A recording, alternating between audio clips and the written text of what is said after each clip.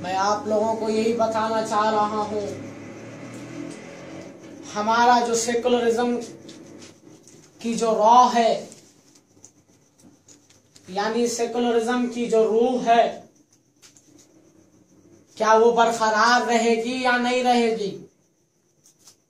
मेरा सवाल नरेंद्र मोदी से है।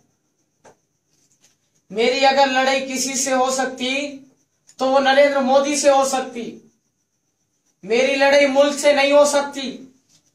और मुझे अल्लाह की जात से उम्मीद है कि इंशाअल्लाह ताला अजीज जब आप बाइज्जत बरी हो सकते तो क्या अकबरुद्दीन ओवैसी बाइज्जत बरी नहीं हो सकते? मैं तो अल्लाह से दुआ करूंगा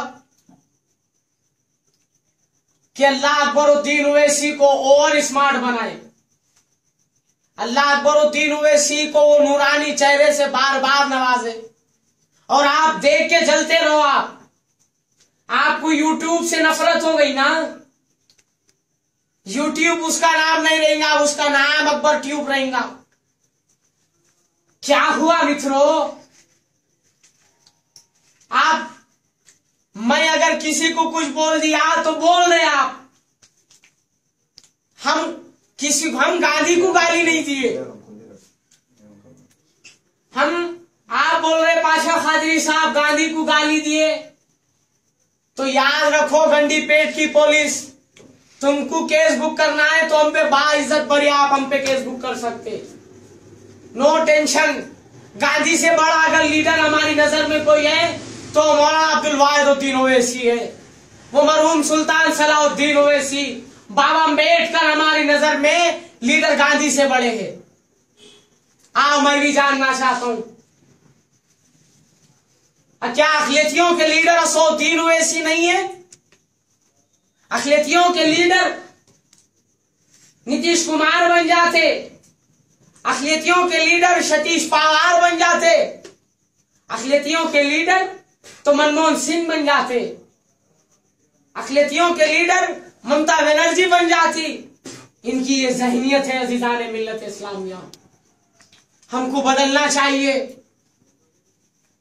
नहीं मित्रों, तुमको बताएंगे बाबा, आप आओ, आप बहस करो हमसे। आप लोग ये मजमे में हैं, यहाँ पे कई ऐसे लोग होंगे जो बड़े भाई से छोटे भाई को जाना जाता। यहाँ पे उल्टा हो गया, असद साहब नहीं आना, अकबर साहब आना। ठीक है, नो टेंशन, अकबर साहब को ले जाओ आप। मेरे अजीज दोस्तों, अकबरुद्दीन ओवैसी की तबीयत खराब है। अकबरुद्दीन ओवैसी का गुर्दा काम नहीं कर रहा। अकबरुद्दीन ओवैसी को निजामाबाद, कभी अदलाबाद, निर्मल, अदलाबाद, करीमनगर, अदलाबाद, निजामाबाद बार बार लेकर गया जा रहा। खुदा ना खास्ता अगर अकबरुद्दीन ओवैसी के साथ कुछ हो जाएगा तो इसकी जिम्मेदार ये पुलिस होगी, इसकी जिम्मेदार ये पुलिस रहेगी। अजीबो गरीब इनका तेलंगाना। आप जानना चाहते ना तेलंगाना? उन्होंने बोल रहे मैं लाया तेलंगाना, इन्होंने उठ के बोल रहे नहीं मैं लाया तेलंगाना, उन्होंने बोल रहे मैं लाया तेलंगाना। कैसा तेलंगाना, कैका तेलंगाना?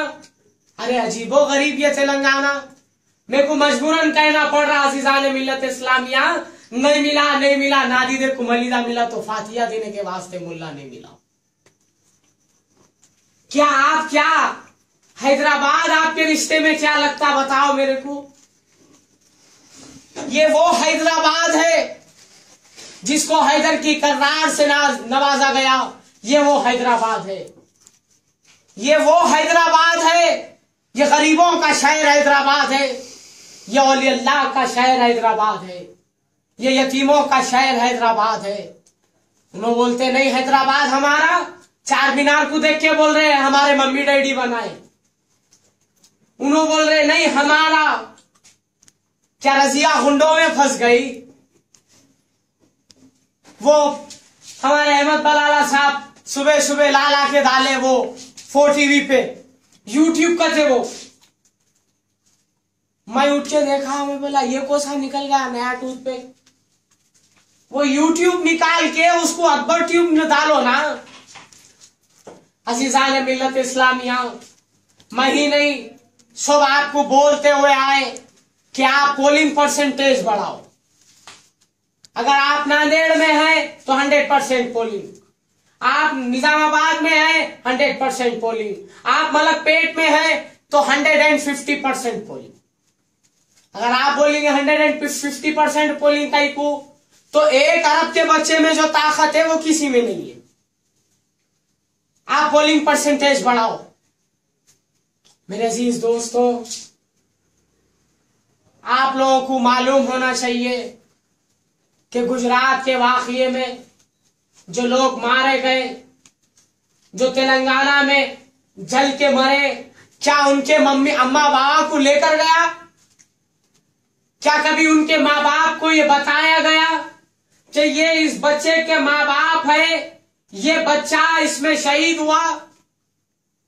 बताओ, क्यों नहीं लेकर गए आप? क्या वजह थी आप जो इन बच्चों के, तेलंगाना में जो बच्चे जल के खत्म हो गए, गुजरात का जो वाकया हुआ जिसमें 9 मर गए, सबों की तादाद में जख्मी हो गए, हम अगर बोलेंगे तो आपको तकलीफ हो रही और आप इतना बोलते। दूल्हे भाई आप मत बोलो। एक साहब आए, आके एक बात पूछे, आप बाबरी मस्जिद का फैसला शॉर्ट फॉर्म पे बता सकते क्या? मैं बोला ये शॉर्ट फॉर्म क्या है? नहीं, शॉर्ट फॉर्म बताओ आप मेरे को। मैं बोला क्या शॉर्ट फॉर्म बताना? शॉर्ट फॉर्म ये है, भोजन तो आप लोगों को मालूम होगा, जो बाबू की हुकूमत में भोजन शुगर फैक्ट्री उसको बेच दिया गया, जो निजाम की शुगर फैक्ट्री थी उसको बेच दिया गया अजीजान मिल्लत इस्लामिया। वो जो भोजन है, अगर कोई भोजन से निजामाबाद आ रहा तो उसकी पॉकेट में 300 रुपए है। बाजू बैठा बच्चा अगर मार लिया तो वो साहब आके निजामाबाद के डीएसपी साहब को कंप्लेंट दे रहे और आप बोल रहे साहब मेरे 300 रुपए थे, बाजू बैठा बच्चा मार लिया। निजामाबाद के डीएसपी साहब बोल रहे क्या बच्चा बिन लादेन ग्रुप का था? नहीं साहब, बच्चा था। तो ठीक है, 3 दिन के बाद आओ। जब 3 दिन के बाद गए तो 100 रुपए दे रहे। आप बोले साहब मेरे 300 रुपए गए, आप 100 रुपए दे रहे। ऐसा है, 100 रुपए तुम्हारे, 100 रुपए चोर के, 100 रुपए मेरे। चोरी चोरी और हमारे से ही सीना जोड़ी। चोरों ने ऊपर से हमला किया हमारी बाबरी मस्जिद पे। 18-19 साल के बाद बाबरी मस्जिद का फैसला आया। तो क्या फैसला आया कि आधा उनको, आधा इनको, आधा हमारे को? यह फैसला हमको मंजूर नहीं है। हमको हमारी बाबरी मस्जिद चाहिए। और यकीनन अज़ीज़ान मिल्लत इस्लामिया, अल्लाह की जात से उम्मीद है जब कभी भी 6 दिसंबर आएगी, रोजा रहो, अल्लाह की बारगाह में बार बार दुआ करो कि अल्लाह सुब्हानहू व तआला हमको हमारी मस्जिद बना दे।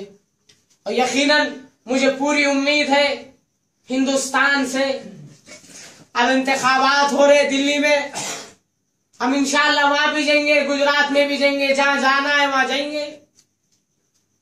तो एक साहब बोले भाईजान वोटर लिस्ट में आपका नाम ही नहीं है ना भाईजान? मैं बोला वोटर लिस्ट में मेरा नाम नहीं है। पहले तो मैं समझा नहीं, उन्होंने आके बोले भाईजान आपका नंबर नहीं है। वाकई हम नहीं समझे क्या नंबर? नहीं भाईजान, वोटर लिस्ट में आपका नाम नहीं है। अगर वोटर लिस्ट में मेरा नाम नहीं है तो क्या मुझे इख्तिदार नहीं मिलेगा? क्या मुझे इख्तिदार से नहीं नवाजा जाएगा? मेरे अज़ीज़ान मिल्लत इस्लामिया, ये हमारी ज़हनियत होनी चाहिए। अगर तुम एमएलए बन सकते तो मुझे भी एमएलए बनना है। तुम अगर मेयर बन सकते तो मुझे भी मेयर बनना है।